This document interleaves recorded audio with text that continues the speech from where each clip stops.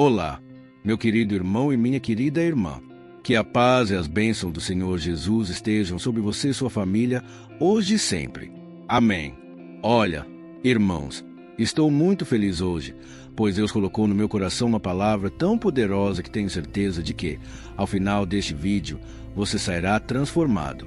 Acredite em mim e, principalmente, na palavra do Senhor Jesus. O próprio Cristo nos ensinou que devemos dar fruto, que esses frutos devem permanecer. Irmãos, a coisa mais importante na vida do cristão não é como ele começa, mas como ele termina. Por isso, quero te encorajar hoje a perseverar na caminhada com Deus. Não importa se você já está há 1 ano, 10 anos, 30 anos ou se começou há uma semana ou alguns dias. O essencial é que você termine a sua vida guardando a fé e completando a carreira. Foi isso que o apóstolo Paulo afirmou no final da sua jornada. Irmãos, isso é o que realmente importa. Lembro-me de quando comecei a caminhar com Deus, a frequentar a igreja. De repente, irmãos, surgiu no meu coração uma pontinha de soberba, aquele orgulho, aquela vaidade. Comecei a pensar: nossa, não conheço ninguém na minha cidade, da minha idade, que esteja buscando a Deus tanto quanto eu. Eu ia ao culto de quarta-feira, de sexta, domingo de manhã, domingo à noite. Estava lendo muito a Bíblia e tinha uma sede enorme do Senhor. Mas, irmãos, de repente, aquela pontinha de orgulho começou a crescer no meu coração. Então, pedi a Deus que falasse comigo. Eu tinha o costume de abrir a Bíblia e acreditar que a passagem que aparecesse seria Deus falando diretamente comigo. Às vezes, não era tão fácil, pois caía em versículos que não me agradavam, mas eu mantinha a fé de que Deus estava me guiando.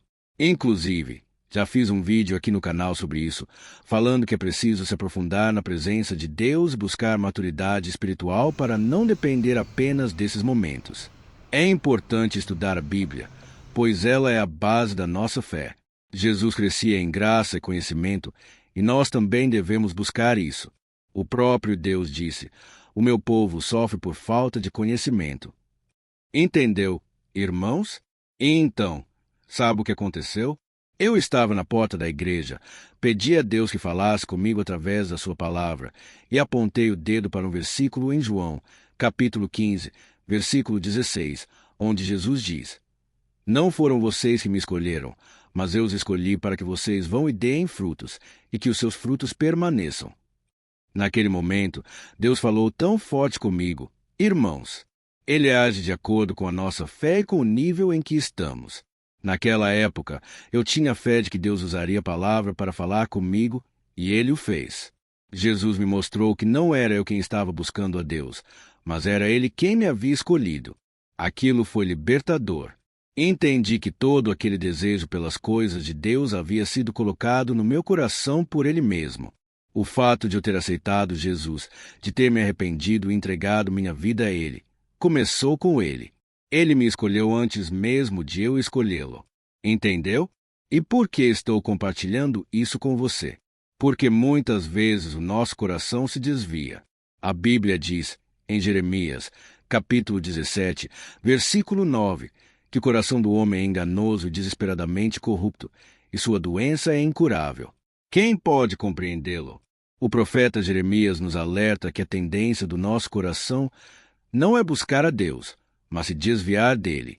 Por isso, precisamos estar diariamente na dependência do Senhor, pedindo perdão pelos nossos pecados, nos humilhando e nos esvaziando de toda soberba, orgulho e vaidade. Entendeu?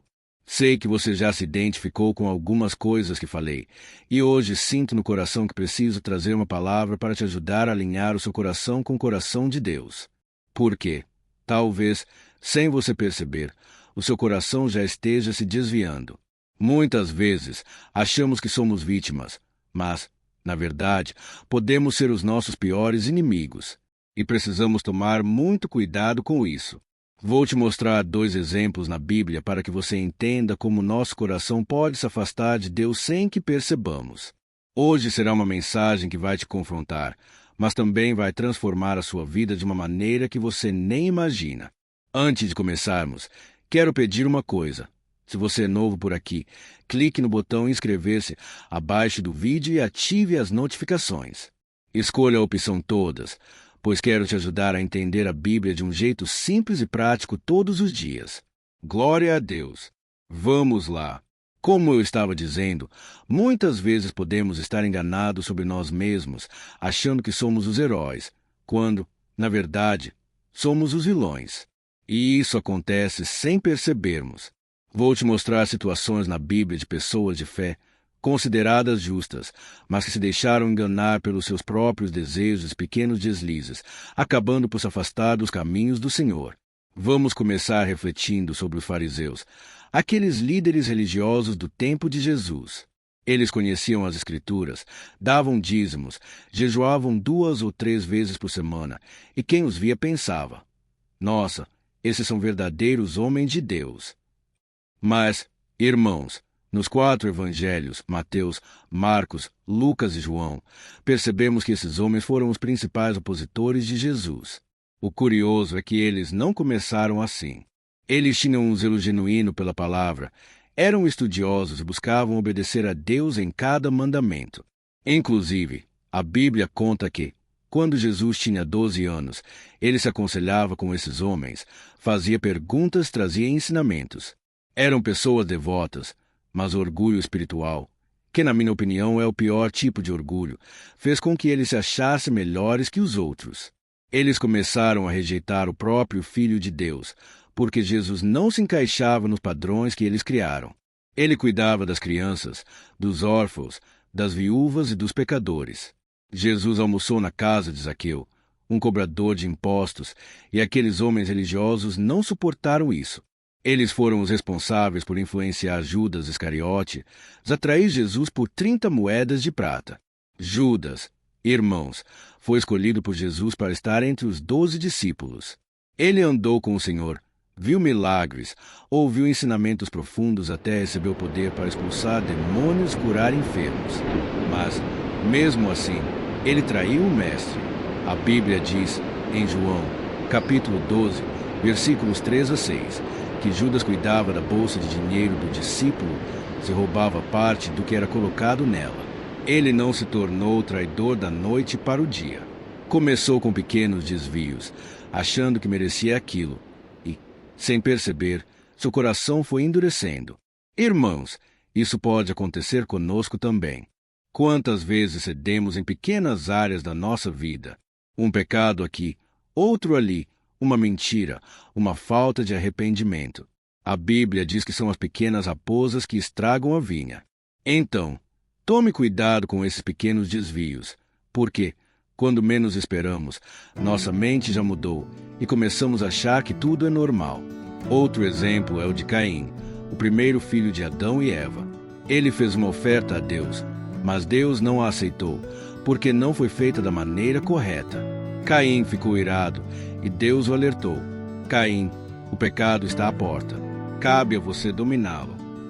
Mas Caim ignorou o alerta e acabou matando o próprio irmão, Abel. Irmãos, assim como Judas e Caim, podemos alimentar a falsa ideia de que somos vítimas, quando, na verdade, precisamos reconhecer nossos erros e nos humilhar diante de Deus. Precisamos clamar: Senhor, tem misericórdia de mim. Eu não sou digno, mas preciso da Tua presença e da Tua transformação. Irmãos, o pecado nos prende e nos escraviza sem que percebamos. É como uma teia de aranha. Quando a vítima percebe, já está presa. O inimigo está ao nosso redor, rugindo e procurando a quem devorar. Precisamos vigiar e orar, buscando a Deus diariamente. Se você foi tocado por essa mensagem, escreva nos comentários: Deus, eu quero um coração humilde diante de Ti. Compartilhe esse vídeo com seus amigos e familiares. Agora, vamos orar juntos. Senhor, meu Deus e meu Pai, nós Te agradecemos por tudo que Tens feito em nossas vidas. Hoje, refletimos sobre a nossa condição e reconhecemos que muitas vezes falhamos, mas Teu amor permanece fiel. Nós nos arrependemos, Senhor, de todo orgulho, vaidade e pecado que tem nos afastado de Ti. Pedimos que nos ajudes a sermos fiéis até o fim, em nossos relacionamentos e na nossa caminhada contigo. Cura os enfermos, Liberta os cativos e traz consolo aos corações aflitos. Em nome de Jesus, toda doença, dor e maldição são quebradas agora.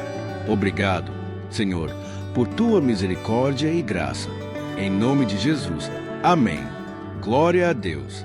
Creio que Ele tem planos maravilhosos para a sua vida. Basta você dar o primeiro passo. São mensagens simples, mas que vão te abençoar profundamente. Deus te abençoe e te espero no próximo vídeo.